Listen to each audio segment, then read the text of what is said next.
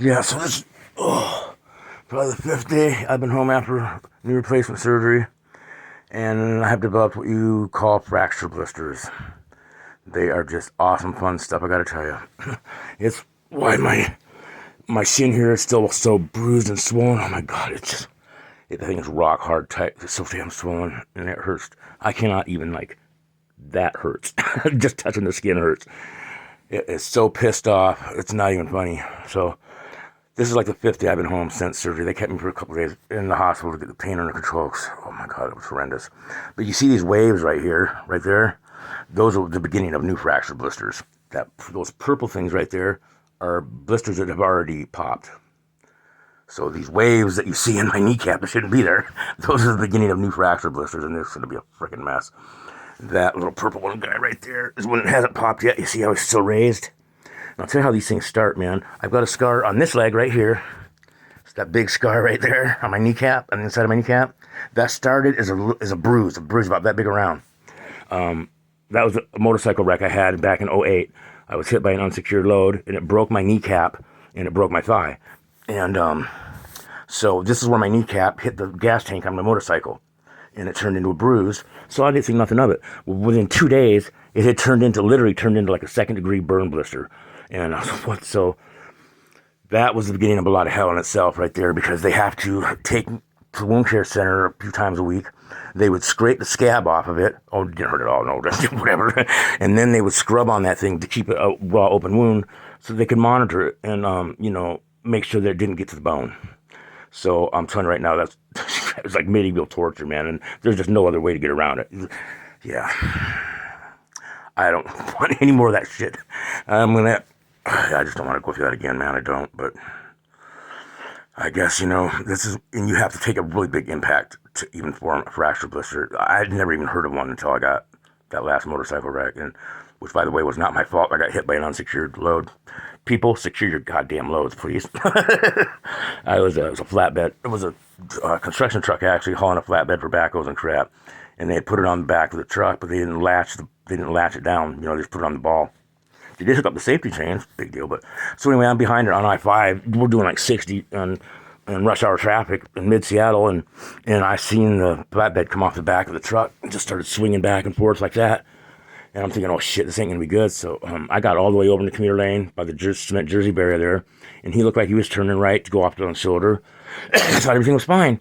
So I'm cruising along like 65, and just out of the corner of my right eye, I see it like a thousandth of a second before impact, and he was crossing all 4 lanes. The trailer had jackknifed him, I guess.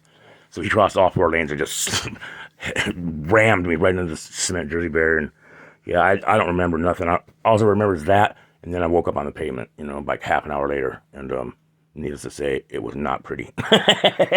My poor CBR was in pieces a half a mile in either direction. I had a brand new helmet on. It's only like 3 days old, and it was probably 50 yards down the freeway. And when I woke up, state troopers were already there directing traffic around me, so I must have been out for quite a while. I don't know how nobody else ran me over and crap, but I'm a miracle. There's no way in hell I should still be here. So I ended up, that wreck, it broke this ankle, my kneecap, my thigh, my hand, and my shoulder in 2 places. And so I ended up in a wheelchair for 2 years, is long and short of that. And they took out part of my hip bone, put it in my shoulder, so it was, and then they bridged that gap. Or they held it all together after the hip bone grafting is what they call it, from my hip to my shoulder. They put a titanium plate and 7 sheetrock screws, and they're really long screws too, holding that all together. It's pretty cool if you see it in an x-ray. It's hard to believe that's in your body. So anywho, yeah, and I got a nice settlement out of that, but I'm not going to go into that because it all got taken from me by some asshole that was greedy. But anywho, that's a different story. Road rash Ray's got a lot of them. We're back to this one right here. This is my first knee replacement, because I'm going to get this one done too. And I'm telling you what, man, I'm almost having second thoughts because of all the pain that's involved with this one. I've heard from other people that have had both of them done too, that the second one is not quite as painful. I don't know if it's because you get used to it or what, you know what to expect, who knows. But I don't know, man. I guess it'll also depend on how fast I come back from this. So far, I'm coming along pretty quick. It's changed. The knee replacements have changed from what they used to be. Like, they literally used to have to cut your leg off, like right about here and right about here, and they'll give you a new knee, replace the whole thing. Now what they do is they go in if possible, and they shave your old kneecap so that it'll fit a cap that goes over that, like a titanium. I don't know what it is. I think it's titanium. I'm not sure. It'll fit right over your old kneecap, and then they got a like a spike about that long, I guess, and it goes down into your up in your thigh bone, and that's got a little pad on it so that your knee can function again without having bone on bone action. And so your healing time is like cut in half, and I've heard really good things about it, and that's why I was really leery about getting the knee replacement because I didn't want my leg cut off to have that happen, but they don't do that anymore, and it's a much easier process, I guess, for all involved. And I've got to say, so far, my doctor, he's been awesome. I've got an aftercare team that's on me 24/7. I've got nurses coming to my house. I've got physical therapy coming to my house. And I didn't have to do anything. These people made all the phone calls and everything. My insurance covered it. So they couldn't have made it easier for me, honestly, except for all the hoops I had to jump through to make it happen. You have to pass. If you smoke, plan on quitting because they will not do it unless you do. And you have to pass a nicotine test. They will give you a UA test for nicotine and continine. So you literally have to quit smoking if you want to get a joint replacement, which is fine. I've wanted to quit smoking for a long, long time. I guess I just needed that incentive to make it happen. So I'm glad about that.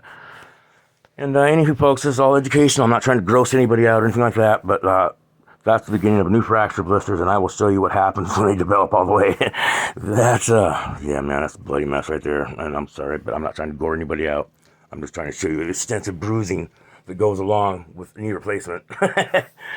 It's nothing to take lightly, that's for sure. And, yeah, I'll just say that. It's nothing to take lightly. If you want to take it on, you better really need that new knee. So that's the inside of the other side right there.